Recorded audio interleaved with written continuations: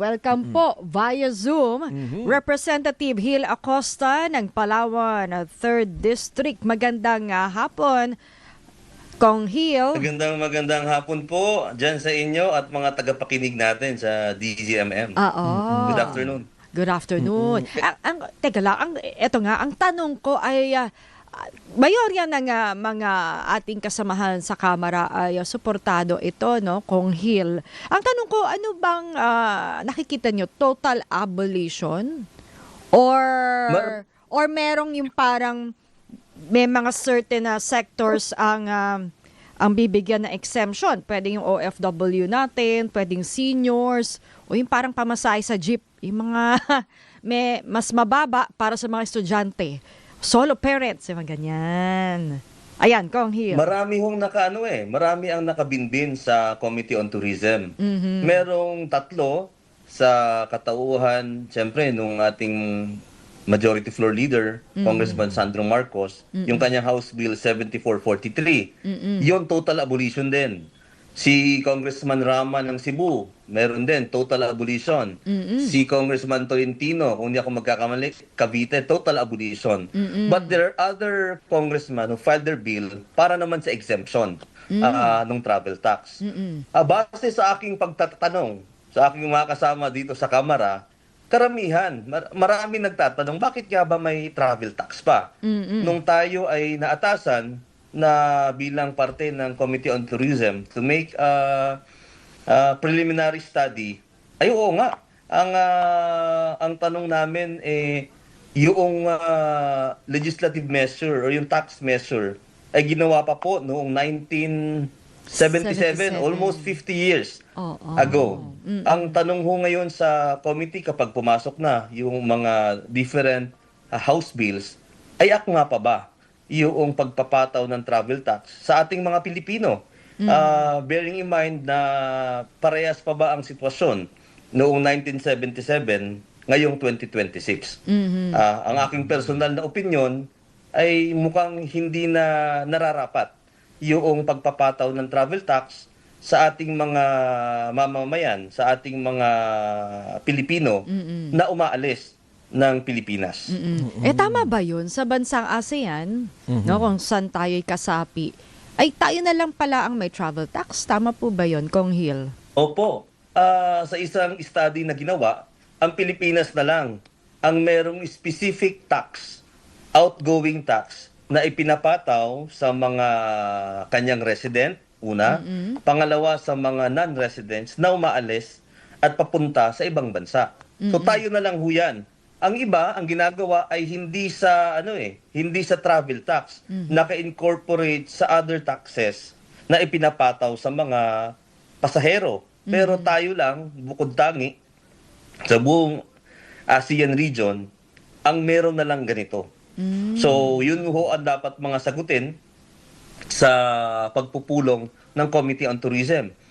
Kung tama pa ba, angkop pa ba, yung batas na ginawa nung 50 years ago, almost 50 years ago, sa makabagong Pilipinong traveler. Dahil nung araw siguro po, hindi pa kasi ako pinanganak noong 1977, baka nung araw ho, ang na-travel yung talagang, yung may kaya. Baka ho, nung araw, ipinataw ito as more of an excise tax on the privilege to travel abroad. Kasi po, baka hindi tayo sigurado, baka ang tingin nung araw ay luxury yung pag-travel sa ibang bansa noong 1977. That may be true 50 years ago, but ngayon po, sa ating palagay, na dapat ang mga batas at ang mga tax measures ay angkop din sa mga nangyayari ngayong 2026 dito sa ating bansa. Outdated na. At mismo Yes, opo. Secretary ng Tourism may konting agam-agam din kasi ang tanong niya saan mapupunta, saan kukunin yung benepisyaryo nitong travel tax. Ano pong plano ng Kamara na ayusin nga ito para naman na siguro na hindi naman matatanggalan ng pondo yung mga ahensya ng gobyerno na nakikinabang dito sa travel tax. Oo, kasi kung ngayong taon, kung ngayong taon kasi, 'di ba, nakaano na yung budget nakalaan na. Pero next year pa yung isasama sa general appropriations. Yung para sa Yun din po nabibigyan, ang oo. magandang tanong. Oo. Dahil base po sa pag-aaral, ang collections natin from travel tax, it's almost 4 to 5 billion a year. After the Wow. COVID years ito, 50% of that goes to TIEZA, 40% goes to CHED, and 10% goes to CAA, yung Culture and the Arts. Una, paano ba yung paggamit? Kung 1977 pa siya na ipasa at simula 1977 ay tayo ay nangongolekta, saan napunta yung mga travel tax natin? Although recently yung RA 9593 na naglagay doon sa TIEZA, sila ang nag-manage ng fund. Ilan ba ang napunta sa pangpasweldo? Ilan ba yung napunta sa actual project ng TIEZA? Ilan ba yung napunta dito sa CHED? Ilan ba yung napunta sa CAA? Tignan muna natin.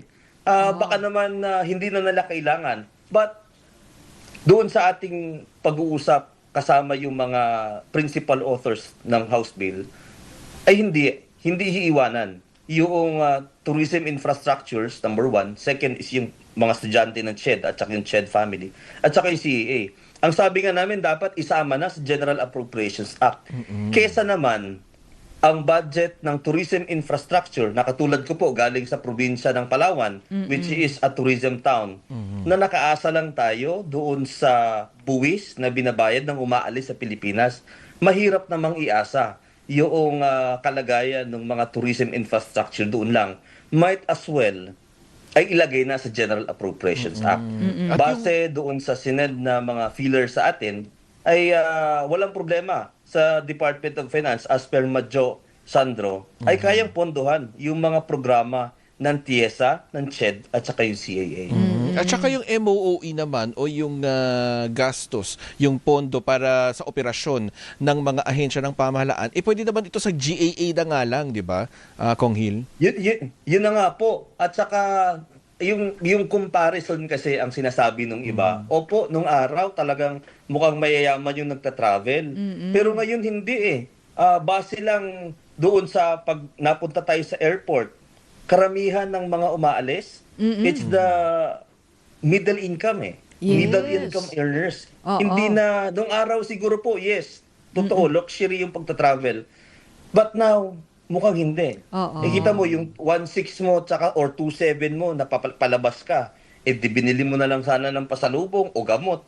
Correct. Mas maganda pa. Oo. Pero kung 'di ba binabayad at minsan hindi natin nararamdaman dahil kasi naka-incorporate sa mga ticketing office ng mga airlines.